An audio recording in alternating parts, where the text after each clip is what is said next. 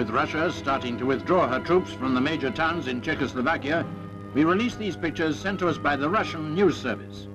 We were requested not to alter the commentary, which outlines their view on the Czech uprising, and which they translated for us as follows.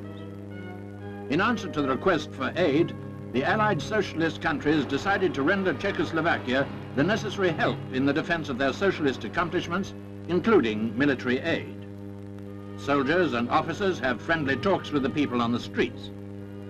They give answers to numerous questions and help the people to analyze correctly the political situation.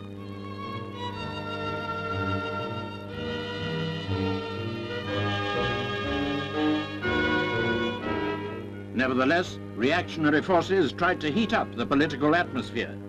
Criminal elements carried out acts of sabotage. Secret arms dumps were evident proof that there existed a prepared plot to misdirect Czechoslovakia from the socialist road.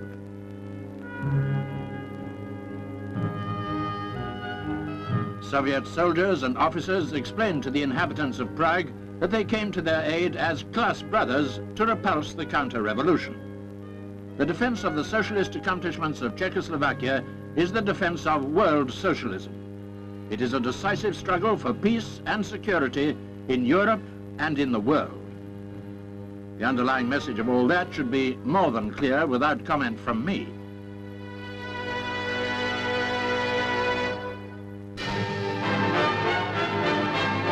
It may be small, but it's mighty significant, because apart from Rhodesia, Swaziland is the last British territory in Africa to obtain independence.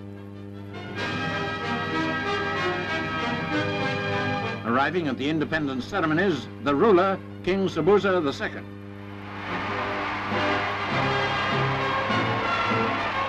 Also present to share their husband's big moment, more than 100 of his wives.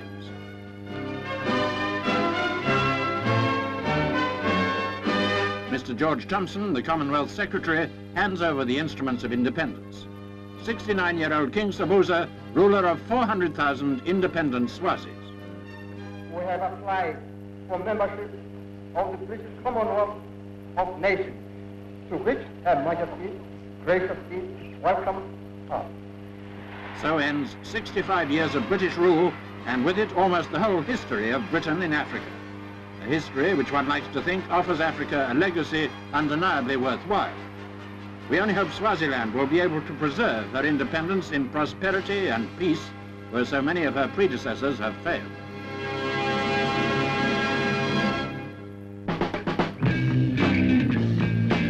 To wear clothes with the Dior label may seem for most girls a pretty unattainable ambition. But Dior has a branch in London with a range of boutique clothes starting at £20.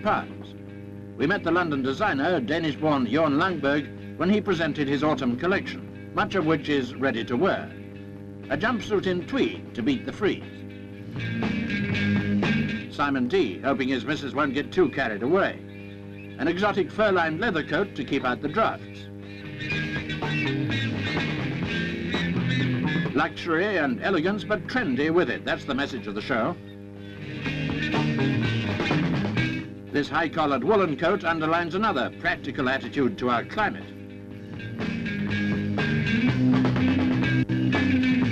You can relax a bit more extravagantly among the central heating, but you'll need your own central heating for one of these decidedly brief boleros.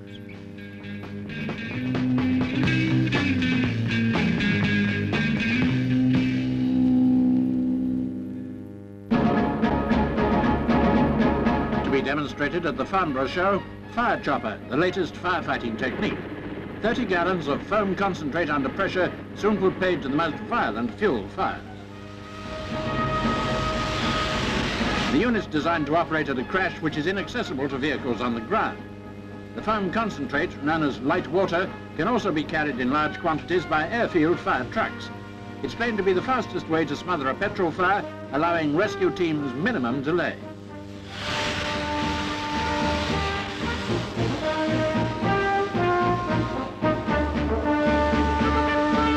Across the Atlantic now, where Canada salutes the aviation industry on the 50th anniversary of the Royal Air Force.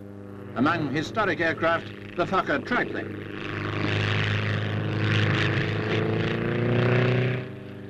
and its First World War opponent, the Thomas Morse Scout.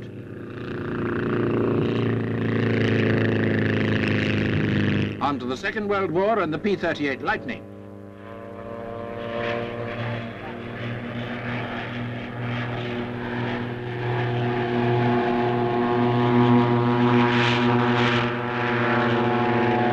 From streamlining back to string bags, a 1912 Curtiss pusher trying to prove that it's faster by air.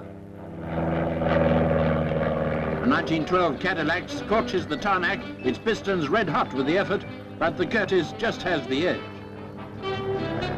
Look, no tail, the BKB Flying Wing Glider.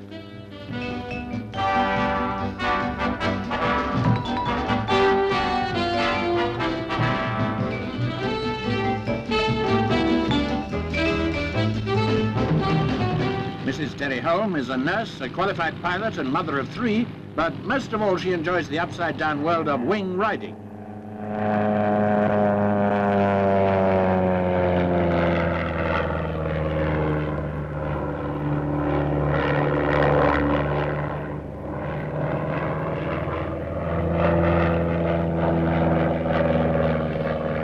The RAF skydiving Falcons prefer a world on their own.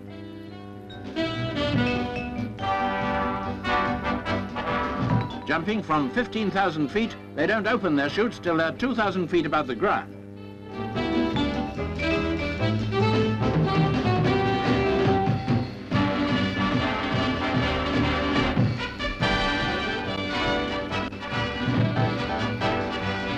Ever since the last war, the Royal Canadian Air Force has used the de Havilland Chipmunk as their basic trainer.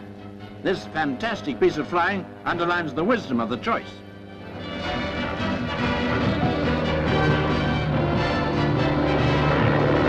And by the way, don't miss our colour spectacular on the greatest air show of them all.